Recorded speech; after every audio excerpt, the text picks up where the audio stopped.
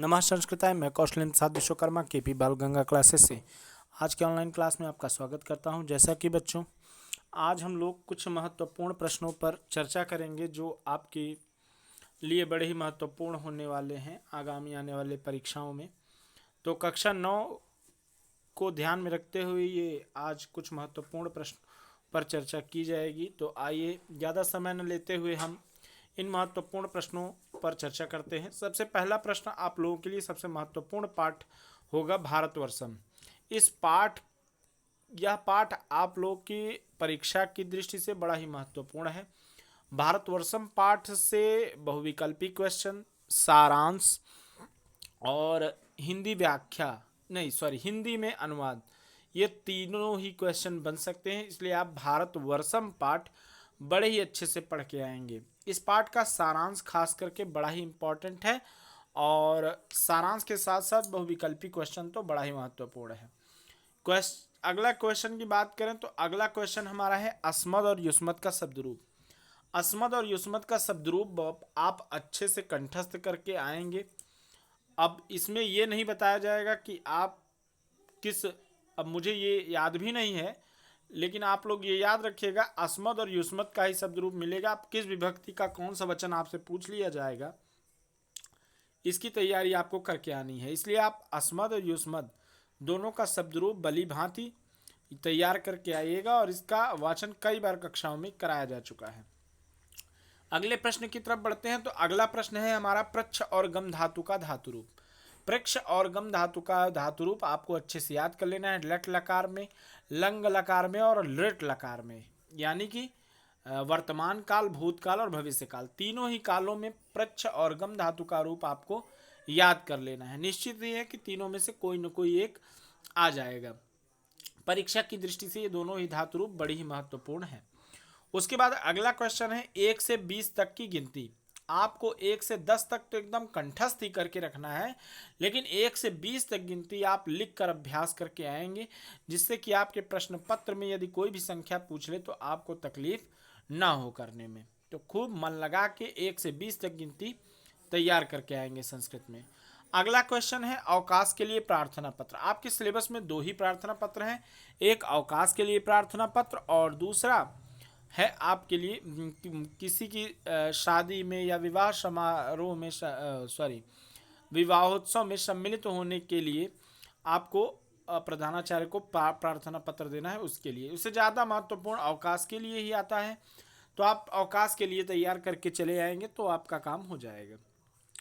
लिखने का तरीका एक जैसा ही होता है, उसमें थोड़ा डिटेल बताना पड़ता है और इसमें केवल आपकी बीमारी का कारण बताना होता है कि आकस्मिक आपको कौन सी समस्या आ गई।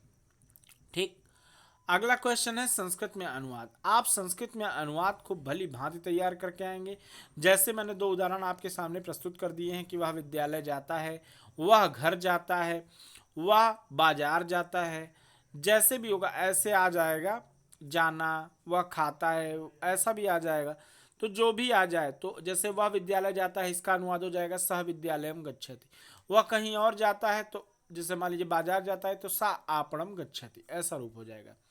एक बहुवचनांत में आपका हो सकता है, एक वचन में दे दिया गया एक अनुवाद और दूसरा बहुवचन में दे दिया जा सकता है कि जैसे हम सब पढ़ते हैं, हम सब जाते हैं, हम सब खाते हैं, इस तरह के अनुवाद हो सकते हैं। तो इसका अनुवाद हो जाएगा वयम पठामा, हम सब पढ़ते हैं, वयम खदामा, हम सब खाते हैं, ठीक, वयम गच्छामा, हम सब जाते हैं, ऐसा अनुवाद हो जाएगा इसका।